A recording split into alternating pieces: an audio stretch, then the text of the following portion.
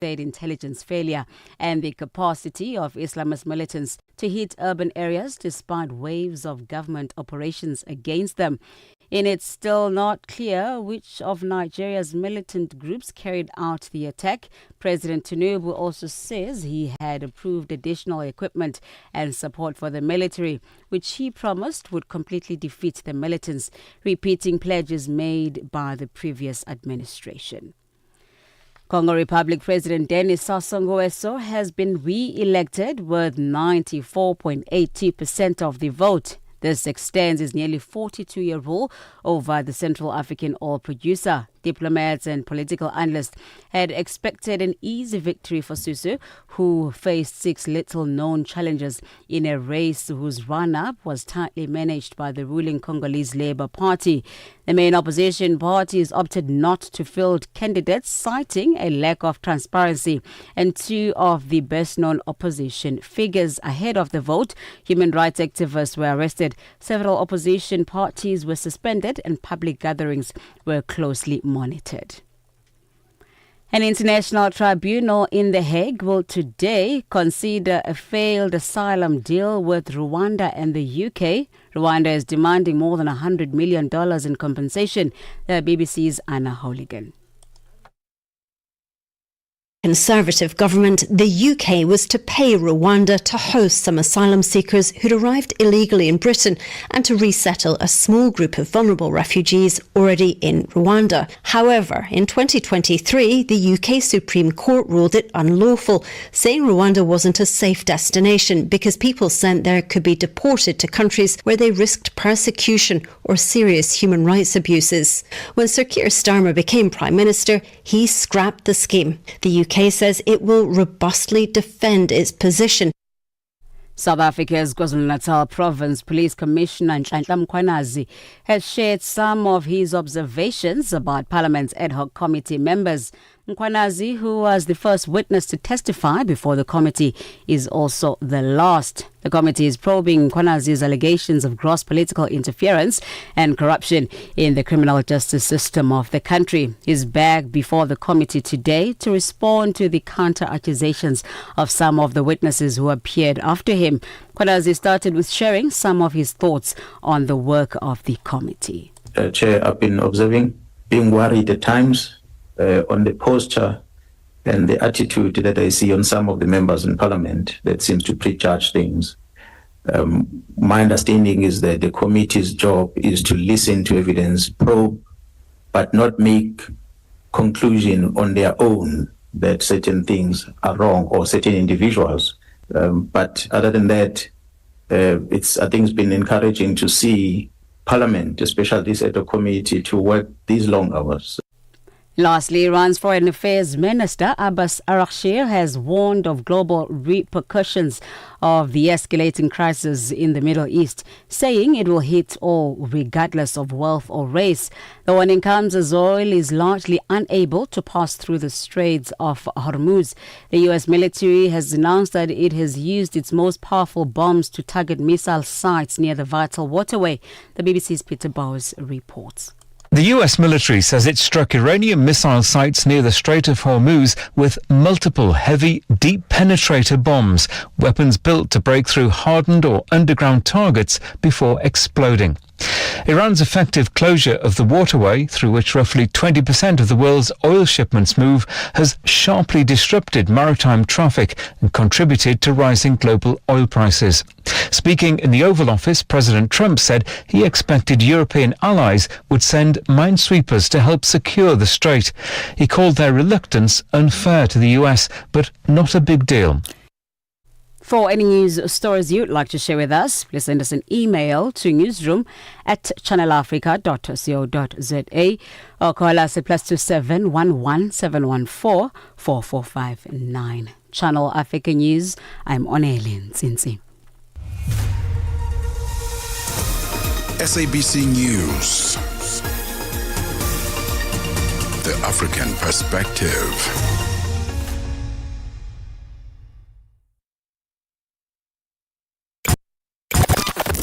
This is Africa Update, your pulse to the continent. Stories shaping nations and voices driving change. Stay informed, stay connected, right here on Channel Africa, the African perspective.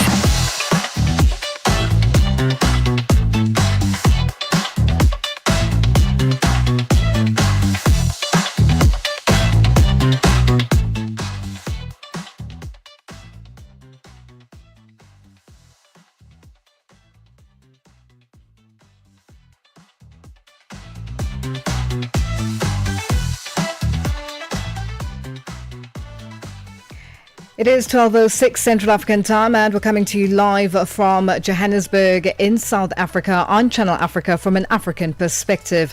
Coming up in this hour, the Nigerian President Bola Tinubu is on a state visit to the United Kingdom, the first by a Nigerian leader in nearly 4 decades.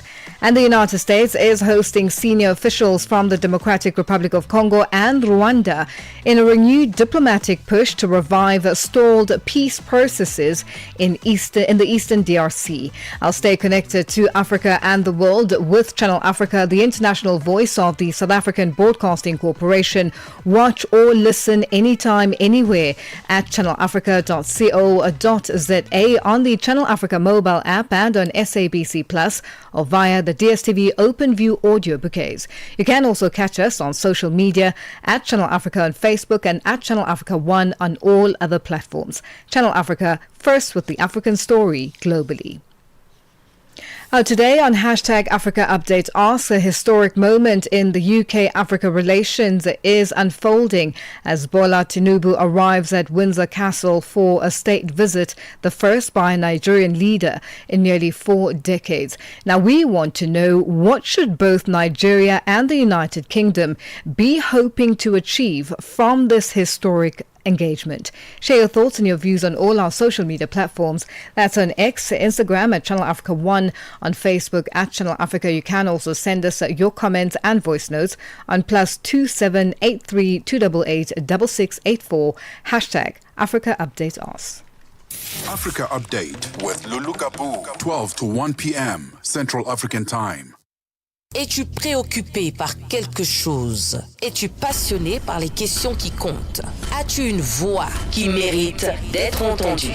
Eh bien, nous avons la plateforme parfaite pour toi. Téléphone-nous ou fais-nous un WhatsApp au +27 66 408 87 42 et nous te rappellerons. Sois dans la conversation. Salut Channel Africa, ici Beno le diamant rouge et Binal Sport depuis le Cameroun, le pays des lions. Voilà. Sois dans la conversation. Il ne s'agit pas seulement de parler, mais c'est ta chance d'exprimer ton point de vue, de partager tes opinions et de t'engager avec une communauté qui valorise ton avis. Suivez-nous sur les réseaux sociaux, visitez notre site www.channelafrica.co.za et préparez-vous à partager vos points de vue sur Channel Africa, la perspective africaine. We are on OpenView's audio bouquet. Channel 628. It is 12:09 Central African time, and we're coming to you live from Johannesburg in South Africa. The United States is hosting senior officials from the Democratic Republic of Congo and Rwanda this week in a renewed diplomatic push to revive the stalled peace process in Eastern DRC. Bilateral engagements between Washington and each country had been scheduled for Tuesday, with a trilateral meeting expected to be held on Wednesday. Tutungo Beni has more. The talks mark the first high-level engagements since the U.S. Department of Treasury imposed sanctions earlier this month on the 2nd, targeting the Rwanda Defense Force and 4 senior officers. Washington has accused Rwanda of backing the M23 rebel group, a claim Kigali continues to deny. The diplomatic talks come amidst the backdrop of heightened tensions following the M23's rapid territorial expansion in eastern DRC last year in January, which has significantly destabilized the region. The meetings also coincide with the Powering Africa Summit currently being held in the U.S. capital, which is being attended by African government officials, including including energy ministers. The United States has been actively involved in the DRC-Rwanda peace efforts, hosting senior officials from both nations to address the ongoing stalled peace talks. The sanctions imposed on Rwanda's military and top officials for supporting the M23 rebel group, which has seized large territories in the eastern DRC. Despite these sanctions, the U.S. continues to support Rwanda as a business hub for the exploitation of Congolese minerals, which fuels the conflict. The conflict's dynamics are further complicated by the presence of multiple armed groups and the geopolitical interests of neighboring countries. The DRC is currently facing a devastating humanitarian crisis exacerbated by ongoing violence from armed groups, particularly the M23 rebels. In 2025, estimates indicated that over 21 million people in the DRC were in need of assistance, with approximately 7 million people displaced due to conflict. The violence has resulted in thousands of deaths, ranging from 900 to 2,000 casualties during specific offensives. Many families have lost their homes and vital infrastructure, including schools and health centers, has been destroyed, pushing communities deeper into poverty. For Channel Africa News, I am Tutongo Bene in Johannesburg. A historic moment in the United Kingdom-Africa relations is unfolding as Bola Tinubu arrives at Windsor Castle. We will come back to the story. It is 12 after 12 Central African time, and we're coming to you live from Johannesburg in South Africa. We are trying to get a hold of Dr. Catherine Nwajiaku Dahu, a British-born Nigerian and an independent consultant on conflict, peace, security, and responsible business in Africa. It is 12 after 12 Central African time. Continue with us on all our social media platforms. Es-tu préoccupé par quelque chose? Es-tu passionné par les questions qui comptent? As-tu une voix qui mérite d'être entendue? Eh bien, nous avons la plateforme parfaite pour toi. Téléphone-nous ou fais-nous un WhatsApp au +27 66 408 87 42 et nous te rappellerons. Sois dans la conversation. Salut Channel Africa, ici Beno le diamant rouge aka Binal Sport depuis le Cameroun, le pays des lions. Voilà. Sois dans la conversation. Il ne s'agit pas seulement de parler, mais c'est ta chance d'exprimer ton point de vue, de partager tes opinions et de t'engager avec une communauté qui valorise ton avis. Suivez-nous sur les réseaux sociaux, visitez notre site www.channelafrica.co.za et préparez-vous à partager vos points de vue sur Channel Africa, la perspective africaine. Africa Update, your daily dose of African insights with Lulu Gaboo on Channel Africa. Well, 13 after 12 Central African time, and we're coming to you live from Johannesburg in South Africa. A historic moment in UK-Africa relations is unfolding as Bola Tinubu arrives at Windsor Castle for a state visit, the first by a Nigerian leader in nearly 4 decades. Now, the visit marks a significant step in strengthening ties between Nigeria and the United Kingdom, with growing trade, investment and a large Nigerian diaspora linking the two nations. Experts say the visit could signal new opportunities for economic cooperation and policy alignment. For more, we are joined on the line by Dr. Catherine Nwajiaku Dahu, a British-born Nigerian and an independent consultant on conflict, peace, security and responsible business in Africa. Dr. Nwajiaku Dahu, good afternoon and thank you for joining us on Africa Update. Good afternoon. Sorry, I'd like to just correct my title. Yes. I'm the director of the Politics and Governance Programme at ODI Global. It's a think tank based in the UK. Thank you. Well, thank you for that correction. Now, how significant is this state visit by President Bola Tinubu, given it's being the first at this level in nearly 40 years? Indeed, it is very significant. We're stunned that we're up to almost 40 years since the last visit. And we believe that this is very much part of an ongoing effort by the UK government to build partnerships in different ways with a number of African nations where the focus will be on investment and trade. And so we're really seeing this very much in this light. It's also striking because it seems to signal a new willingness on the part of the government of Nigeria to engage in much more active diplomacy. Nigeria, since the arrival of President Tinubu, has notably, and it's been commented on quite a lot, been quite weak in terms of its ambassadorial appointments and its diplomacy across the board. So this is a good signal. And what does this visit, show or state between these two countries? Because there has been a bit of a back and forth with the United Kingdom. If we just go back and look at what has been done with regards to Nigerians who are working in the UK as experts and, with changes to that system. Do you think this will also impact decisions that were made prior or a few years back? It's very difficult to tell.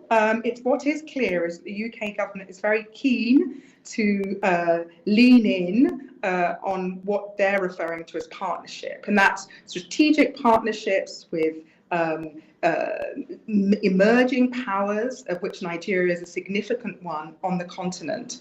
What that will mean in terms of migration policy is really anyone's guess. But it's very clear that there is a wooing sort of enterprise, entrepreneurialism on the part of the UK with respect to Nigeria that we haven't seen for some time. And this builds on the last couple of years, particularly under the foreign minister, David Lammy, the former foreign minister, to start talking in other terms, in terms of investment and trade. And from a socio-economic perspective, how can high-level visits like this translate into real benefits for ordinary Nigerians and Africa? Indeed. I mean, I think Nigerians are watching closely. Nigerians are living, the majority of them, in a state of deep impoverishment right now. As we all know, and what became very, very much in the news over the last few months is Nigeria's huge insecurity challenges, not just in the north or northeast, but across the country. And so ordinary Nigerians will be wondering what they're going to get out of it. And a little word on that as well. I mean, if the visit is really part of a charm offensive on the part of both countries, a desire to engage in economic diplomacy.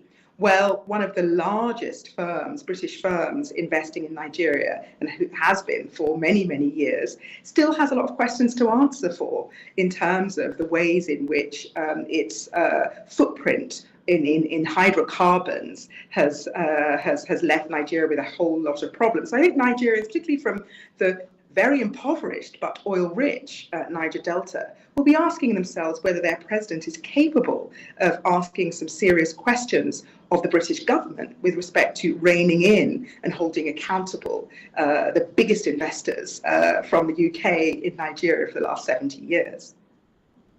We look at unemployment. You've already touched on poverty, which millions of people are under in Nigeria. But unemployment, inequality and climate impacts are believed to be on probably part of the agenda. To what extent will this visit help in addressing these challenges?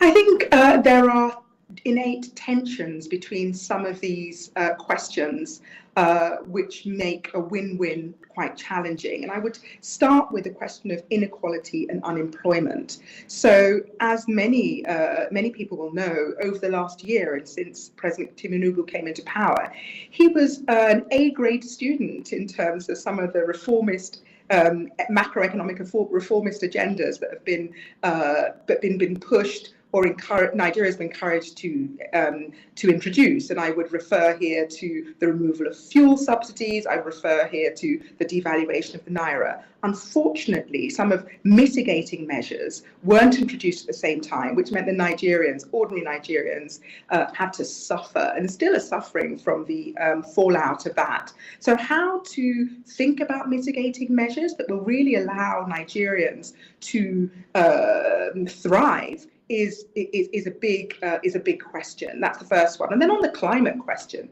I alluded to it a bit earlier when I said that many of the companies that have been investing in Nigeria, the British companies, notably Shell is the most notorious, have essentially in the last year and a half sold off their assets and not cleaned up some of the climate related environmental pollution challenges that are riddled, that the Niger Delta is riddled with.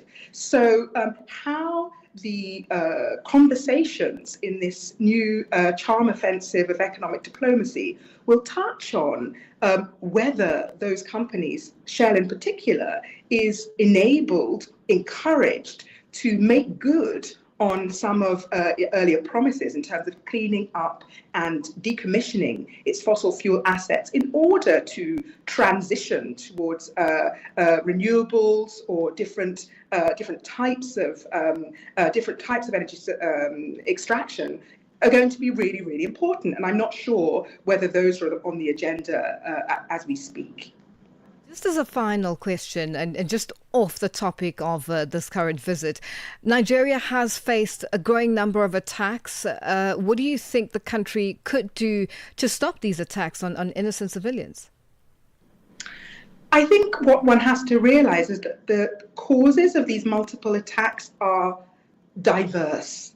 We have many of the underlying problems that push young men to violence in this way are structural, to do with unemployment, lack of hope, lack of possibilities, lack of vision. So some of those fundamentals need to be grappled with, but also the way in which Nigeria manages its security. That's across the country. Nigeria is a federal country of 36 states and many, many local government areas, and a clamour for so long has been to enable subnational entities to be able to manage effectively the securities in their area. We're still very, very far off from that. And the mix between structural unemployment and the lack of capacity of subnational entities to effectively manage local security problems creates this mix that is making Nigeria as a whole, not just the Northeast, which is popularly known, but as a whole, a highly insecure place with, deaths in excess of countries that are actually at war, inverted commas. Yeah. So that's the priority. And I think security is on the agenda of the conversations that are going to be taking place this week. Well, Dr. Nwajiaku Dahu, thank you so much for joining us on Africa Update. We'll leave it there for today. Pleasure. Thank you. That's Dr. Catherine Nwajiaku Dahu, a British-born Nigerian and director of ODI's Politics and Governance Program, joining us on the line. Let's just do it. Your life just got easier. Get the Channel Africa app and take us wherever you go. Catch the latest news, enjoy your favorite shows, stream the music you love, and stay connected to the continent. All in one spot, right in your pocket. Simple, quick, and always with you. The Channel Africa app. Download it now on iOS and Android. Clear your diaries for the 25th of March, 2026. Channel Africa, in partnership with Wits Business School, invites you to a climate change conversation that goes beyond talk. 3 powerful panel discussions. 1 stage. Big questions, bold answers. If you care about the future and value honest, intelligent discussions, this is your seat at the table. Join us on March 25 for Africa Matters. Climate change, financing Africa's recovery. Only on Channel Africa.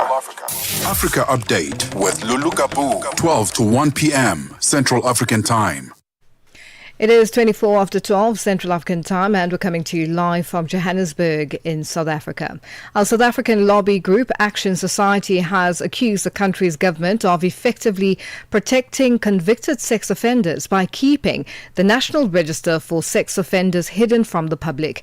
The organisation says that this lack of transparency comes as cases involving abused children continue to drag on in the courts for years, raising serious concerns about justice and accountability. We are now joined by Juanita Duprier, the spokesperson at Action Society, to discuss this further. Juanita, good afternoon, and thank you for joining us on Africa Update.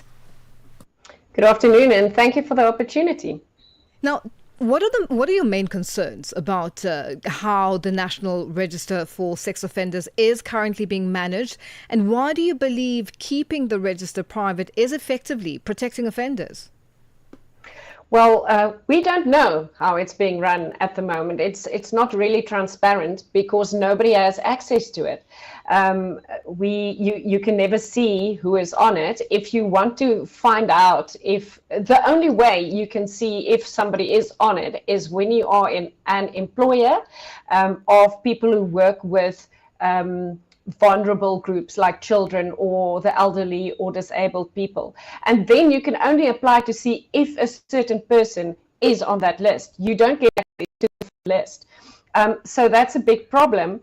We believe and we trust that schools apply to see if everybody who's on their staff is not on that list.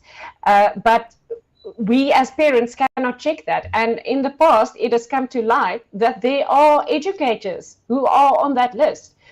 So that's a big problem. We don't know who we are entrusting our children to.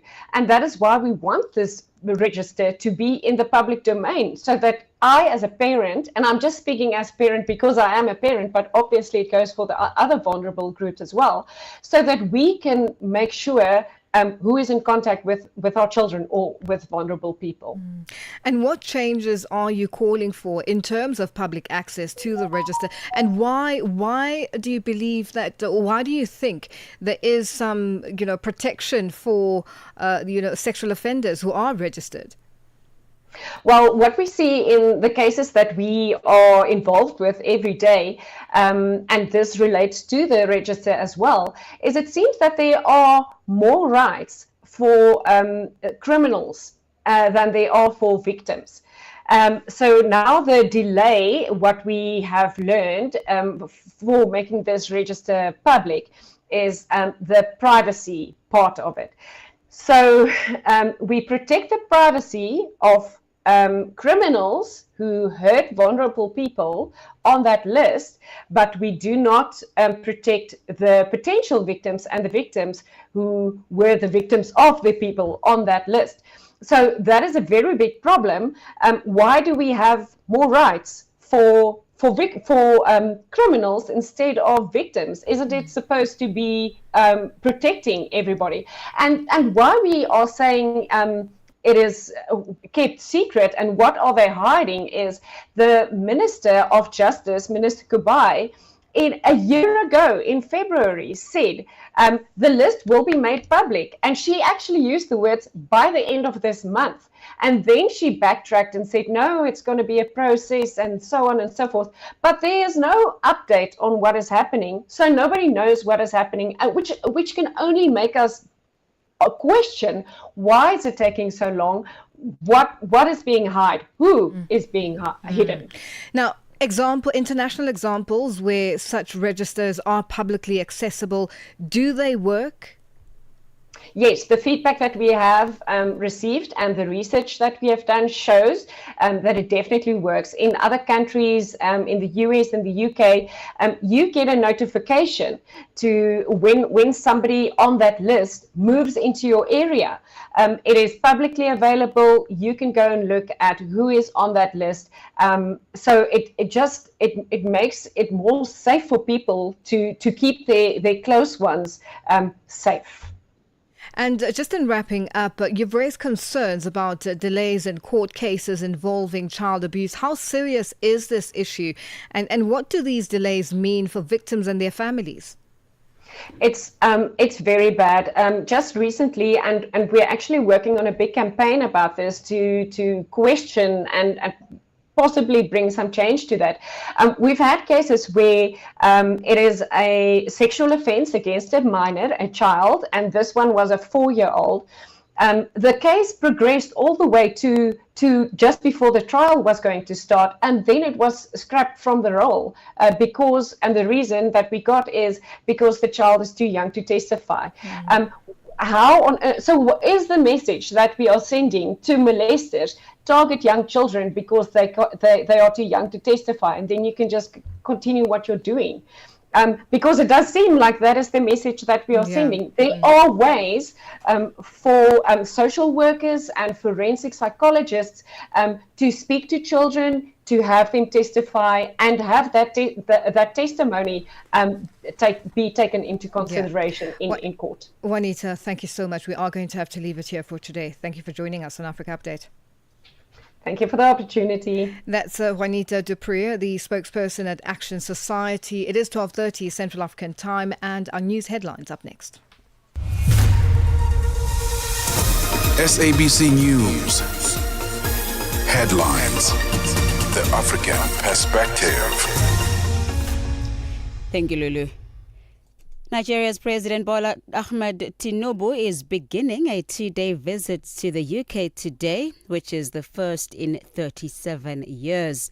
South Africa's KwaZulu-Natal Police Commissioner Nhlanhla Mkhwanazi has shared some of his observation about the Parliament's ad hoc committee members. The committee is probing Mkhwanazi's allegations of gross political interference and corruption in the criminal justice system of the country. And China will today continue mediating to push for a ceasefire and an end to fighting in the Middle East, saying the war should never have happened and had no reason to continue. Channel Africa News, I'm Onele Nzinzi. SABC News. Headlines. The African Perspective. Sports on Channel Africa. The African Perspective. It's a very good afternoon from the sports desk. I am Musibu Dimakura with your latest sports news at the Sawa. So the Senegal football governing body has officially moved to appeal to the Court of Arbitration for Sport following a bombshell ruling by the Confederation of African Football's CAF Appeal Board that stripped Senegal of the 2025 Africa Cup of Nations title. So in a dramatic reversal of the on-field result, the CAF Appeal Board upheld a protest by the Federation Royal Morocco de Football, declaring now Morocco as the winners of the final by a 3-0 forfeit. The decision cited violations of Articles 82 as well as 84 regarding team conduct during the tournament's centrepiece match. The board's decision overhauled several previous disciplinary findings. Senegal was found to have been infringed on regulations governing team conduct. Consequently, their participation in the final was nullified and awarded to Morocco. Now, Morocco's Ismail Sabari was then fined $100,000. That was then scrapped by CAF's appeals committee yesterday, though he remains suspended for 2 matches, one suspended for misconduct. The fine for the ball boy incident was then reduced to $50,000. The $10,000 fine for the laser incident was upheld, partially though reduced, and the $100,000 penalty for VAR area interference remains in full effect. So this is, of course, a big story on the African continent, and different angles to it will be explored throughout the course of the afternoon. Meanwhile, Chelsea suffered their joint heaviest defeat in a 2-legged European tie, losing 8-2 on aggregate and 3-0 on the night to European champions Paris Saint-Germain at Stamford Bridge last night. Nakerwa opened the scoring just after 6 minutes with Bradley Bacola doubling PSG's lead with a second shot of the game in the 14th minute. So it effectively ended their tie of the contest, and a substitute Seni Maluyu then piled on the pressure and the misery on Chelsea in the last 16 meeting last night. So Paris Saint-Germain will face the winner of the match between Liverpool as well as Galatasaray, with the Turkish club taking a 1-0 lead into the second leg in Anfield this evening. Meanwhile, Manchester City have been knocked out of the Champions League in the round of 16 after Vinicius Jr. scored twice in a 2-1 victory for Real Madrid that sealed a 5-1 aggregate victory. Now, beaten by 3 goals in Madrid last week, it was always going to require something perfect at the Etihad Stadium, but Bernardo Silva's first half red card for a handball made the task quite impossible, with Vinicius Jr. converting the resulting penalty kick. For Guardiola, questions will come. It is the second consecutive season in which his team have now failed to reach the quarter-final stages of the Champions League. The great coach had departed just before the last 8, just once in his previous 15 campaigns. Here he is reflecting on that performance from last night. What would happen, 11-11. That is just the feeling. So it's difficult with 4-0 down, with 10 against 11. But we give everything. We have an extraordinary team, an extraordinary group of players. The future is bright. That is learning 11 against 11. Where we should be would happen, And we never know. Maybe we lose 6-0. Never know. But it's just the fact. On to rugby news now. The World 7 Series winning South African side, the Blitzboks, have arrived home to a hero's welcome at the Cape Town International Airport. The Blitzboks started the season in 5th place in Dubai and 4th in Singapore, but the Vancouver as well as the New York tournament saw them rising to the challenge. Blitzboks fullback Siviwe Soyizwapi says that teamwork is important and was important throughout the last 3 weeks of the World Series. I think the tough thing about what we do is that success is never guaranteed, and each and every day we go to work, we know we're going to work harder than what we do in the game, because we push each other to make the games easier. So to be honest, I don't know if 7 is a sport, but it's just a different combat on its own. And finally, in tennis news, the world number 1 Aryna Sabalenka says criticism of her late withdrawal from the Dubai Championships just last month is ridiculous and that she may not play at the tournament again. Now, the Belarusian Sabalenka as well as Iga Swiatek, the world number 2 at the time, pulled out of the WTA 1000 event on the 13th of February, 2 days before it started. Now, tournament director Salah Talak said last month that Sabalenka as well as Poland's Swiatek should be docked ranking points. Sabalenka won the Indian Wells tournament this past weekend, her first tournament since losing the final at the Australian Open in January. Now, players have regularly voiced their concerns about the congested tennis calendar, which stretches across 11 months of the year for the top players. It is 12:37 p.m. Central African time, and that's a wrap from the Sports Desk, at least for this hour. For any sports stories you'd like to share with us, do send us an email to newsroom@channelafrica.co.za. Alternatively, call us on +27 11714 4459. I'm back with more sports news in the next hour with the Upside team. For Channel Africa Sport, I am Mosibudi Makura. Sports on Channel Africa. The African perspective. Africa is moving faster, smarter, further. The conversations are changing. The questions are deeper. The voices are stronger. So, we ask ourselves, what should Africa sound like now? Not louder, sharper. Not more noise, more meaning. Something powerful is coming. A new standard for the conversation. A new rhythm for the continent. I love it. I love it for us. Oh my goodness. Please join us as we celebrate. The African perspective is evolving. Catch it all next month, Monday to Friday, from before sunrise until long after sunset, only on Channel Africa.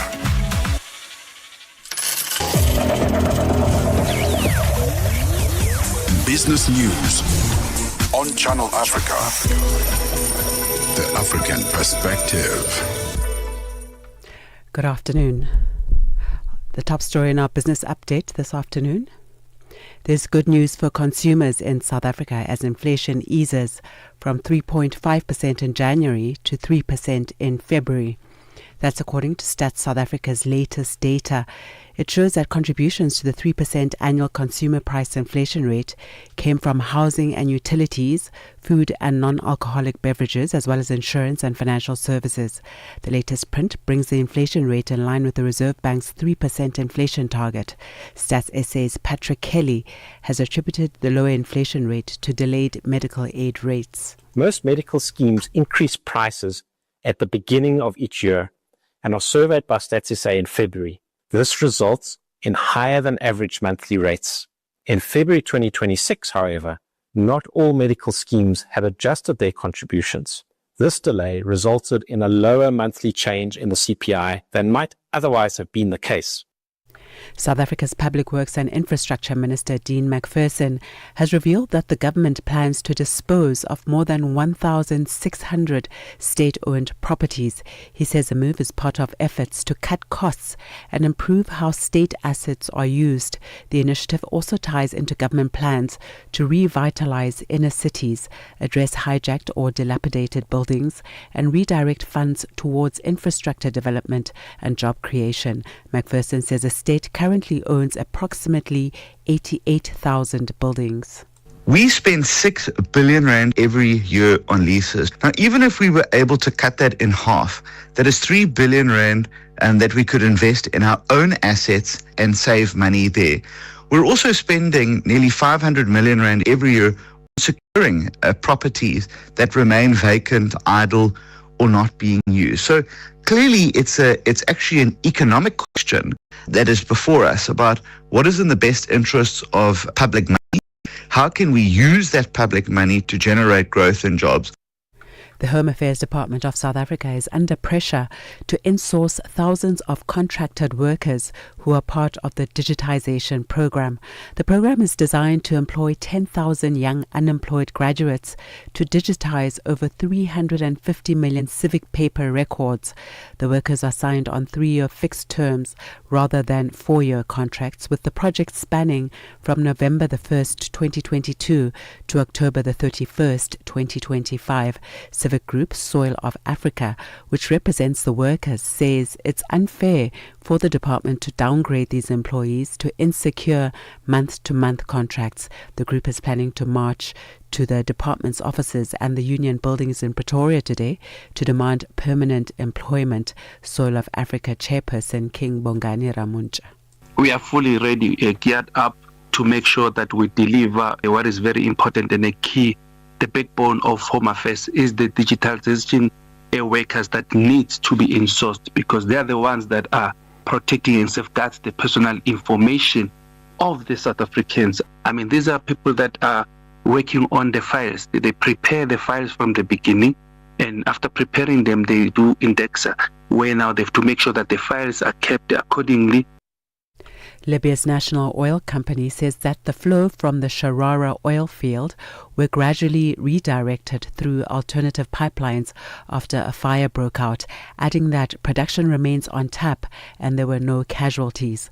Flows were redirected via the El Fiel oil field pipeline to the Melita port, while remaining volumes were diverted through the Hamada pipeline to storage tanks in Zawiya. The NOC says a move will significantly reduce losses. Sharara is one of Libya's largest production areas, with a capacity of between 300,000 and 320,000 barrels per day. Economists believe that should the conflict between the US, Israel and Iran be prolonged, there will be dire consequences for the global supply chain and energy markets. Today marks 19 days of the conflict, and the economic repercussions are being felt globally, with the price of Brent crude surging over $100 a barrel and an imminent fuel price hike for South Africa by next month. Economists at Coface, a global credit insurance and risk management company, Aaron Chowdhury, explains the implications for South Africans should this conflict rage on, crippling key trade routes. Right now, the main risk, I would say, in the conflict in the Middle East is basically its duration.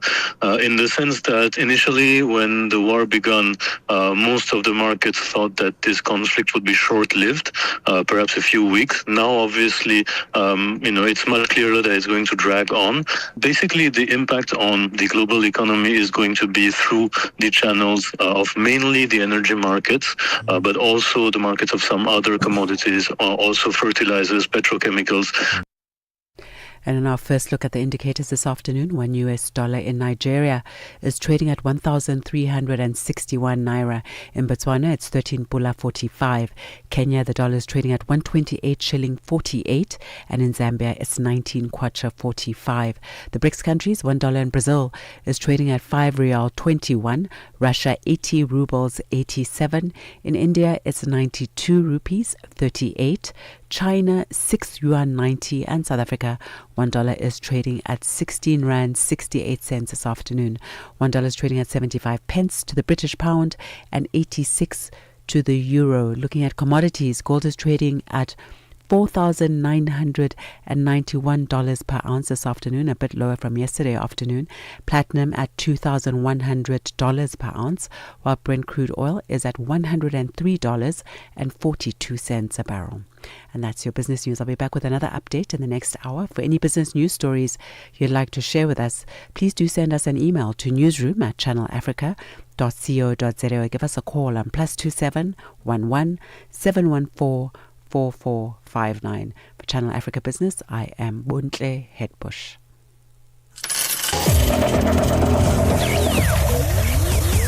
Business News on Channel Africa. The African Perspective. It is 12:46 Central African time, and we're coming to you live from Johannesburg in South Africa. A Cape Town father and former teacher is calling for a major rethink of homework in South Africa. Joseph Neft has launched a petition titled "Stop All Educational Homework in South Africa," arguing that excessive homework is leaving many children overwhelmed and stressed. He now joins us on the line. Good afternoon, and thank you for joining us, Joseph, on Africa Update.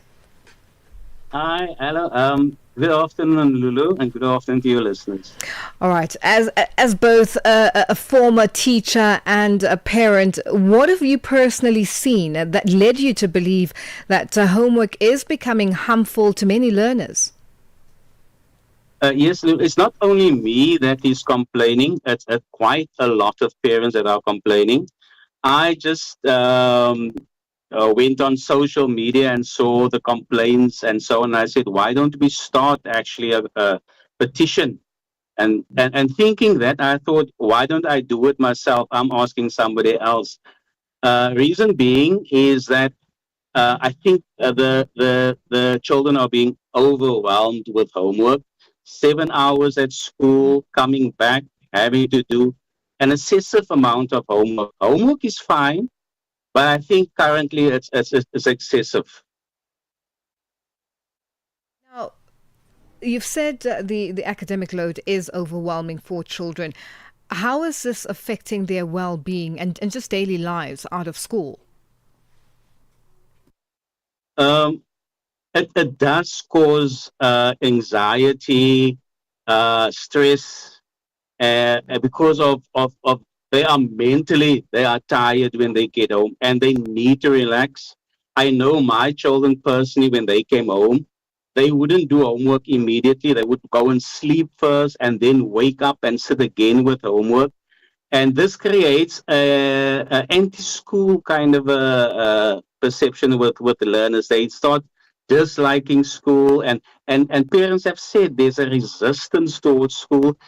Children find school not a nice place to be at, and it should be a nice place to be at. So there's quite a lot of resistance, and I think it's because of, I don't know where I'm going ahead of myself, because of curriculum overload. Like we're saying, homework should just be an extension of what's being taught in class.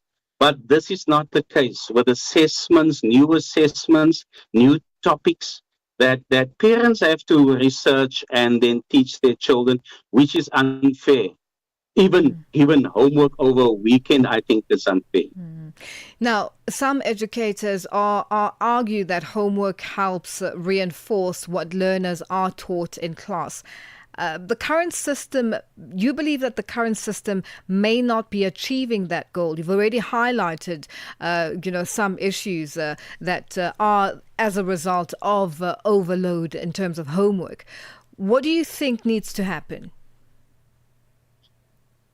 I think what we need to do as immediately is schools have to take the initiative to set guidelines for homework, because occasionally primary school, high school, even TVET colleges, you have different teachers giving homework, so nobody knows what the other one has given, and they should standardize or coordinate their homework and set a certain time limit of what's being given. I know I was a math teacher, math lit, I was teaching, and I had to give every day or second day homework, but I try to limit it. So it must be limited.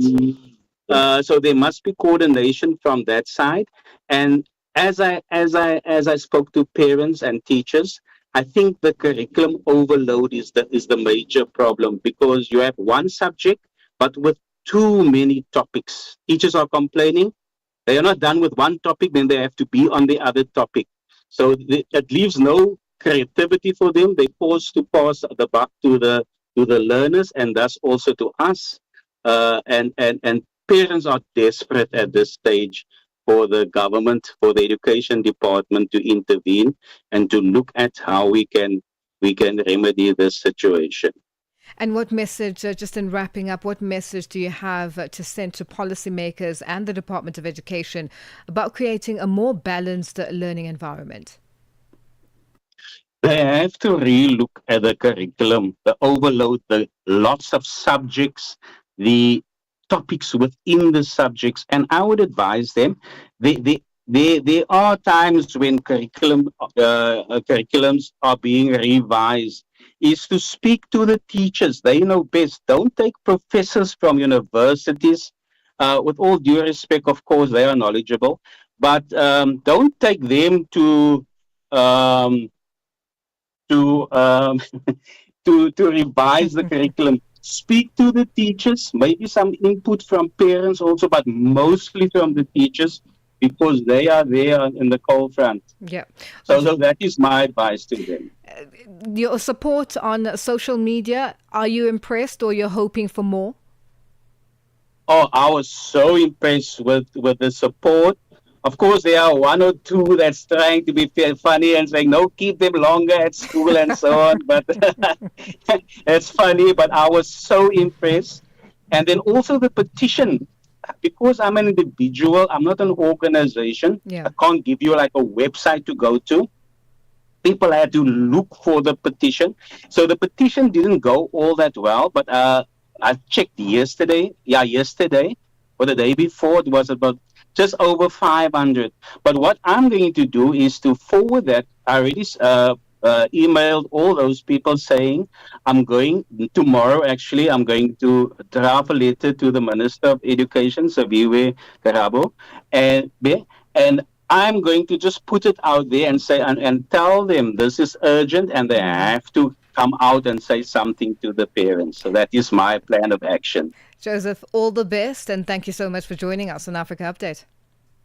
Thanks so much, Lulu. Have a nice day. Thank you, and to you too. That's Joseph, Bye-bye. Cape Town father and former teacher, joining us on the line. Mateko is here. Good afternoon, and we will be coming back to you to find out what's coming up on the upside. Let's just do it. Your life just got easier. Get the Channel Africa app and take us wherever you go. Catch the latest news, enjoy your favorite shows, stream the music you love, and stay connected to the continent. All in one spot, right in your pocket. Simple, quick, and always with you. The Channel Africa app. Download it now on iOS and Android. Africa Update on Channel Africa. Well, Maseko is here and she'll give us an update as to what's coming up on the upside. How are you today? I am excited. I'm excited about happy new developments on the African continent. So just to a little snippet of what's to come through on the upside just after 1 p.m. It looks like there's a big shift that's taking place when we look at social media because Rwanda and the president of the country are stepping into a new era and opening space for TikTok monetization. Right? I think that is very exciting when we look at, this long struggle that we've had on the continent for fair value in the global creator economy, right? This gig economy that we all find ourselves in. So I think that is a fine example of what is possible for the rest of us. So we're going to unpack that. We're going to look at this particular Rwandan approval for TikTok to open for the creative economy and really for young people, because it's a lot of young people that are on social media, to be able to reproduce themselves economically. That's just but one of the many wonderful conversations we're going to have between 1 and 4. That's the upside coming up at the top of the hour with Matseko Musito and Tebohole Kuleni. Well, we continue on Africa Update with next week, Wednesday, Channel Africa, in partnership with the Wits Business School, will be hosting the first ever Africa Matters Summit. This year's theme is climate change, financing Africa's recovery. The summit will bring together thought leaders, experts and researchers to discuss issues pertaining to climate change and solutions to some of the challenges. Teboho Make, a senior manager of sustainability and ESG at Nedbank, tells us about his role and expectation at the summit.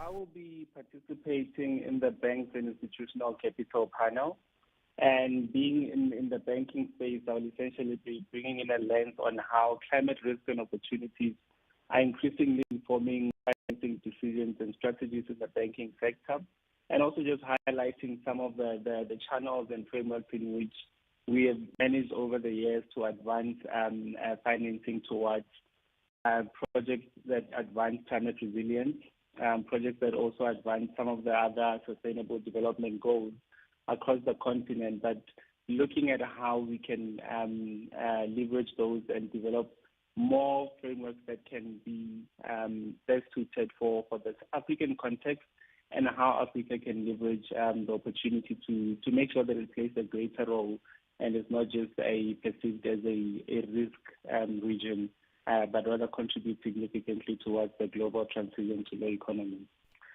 My expectations are largely around how the coming together of intellectual minds from different spheres in society, particularly the financial services sector, the regulatory and policy environment, particularly government, as well as other clients and stakeholders in society, just to understand and share knowledge on how we have experienced different experiences in our respective spheres, and also how we can collaborate in innovating and solutioning for the needs of our continent.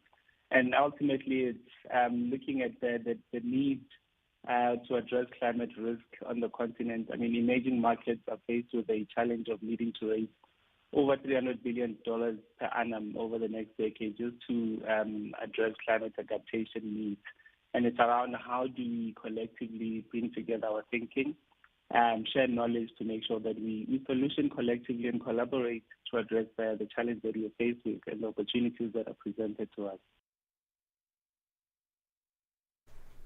And that was Teboho Make, Senior Manager of Sustainability and ESG at Nedbank, ending that report. Well, it is that time of the day where we make our way out of here, but continue with us on all our social media platforms with the hashtag Africa Update. Asks a historic moment in the UK-Africa relations is unfolding as Bola Tinubu arrives at Windsor Castle for a state visit, the first by a Nigerian leader in nearly 4 decades. We want to know know, what should both Nigeria and the UK be hoping to achieve from this historic engagement? Share your thoughts and your views on all our social media platforms. That's on X, Instagram at Channel Africa 1, on Facebook at Channel Africa. You can also send us your comments and voice notes on +27 83 288 6684 #Africa Update Us. And we will be back again tomorrow. Have a good one, and we'll take care of yourselves. Bye bye.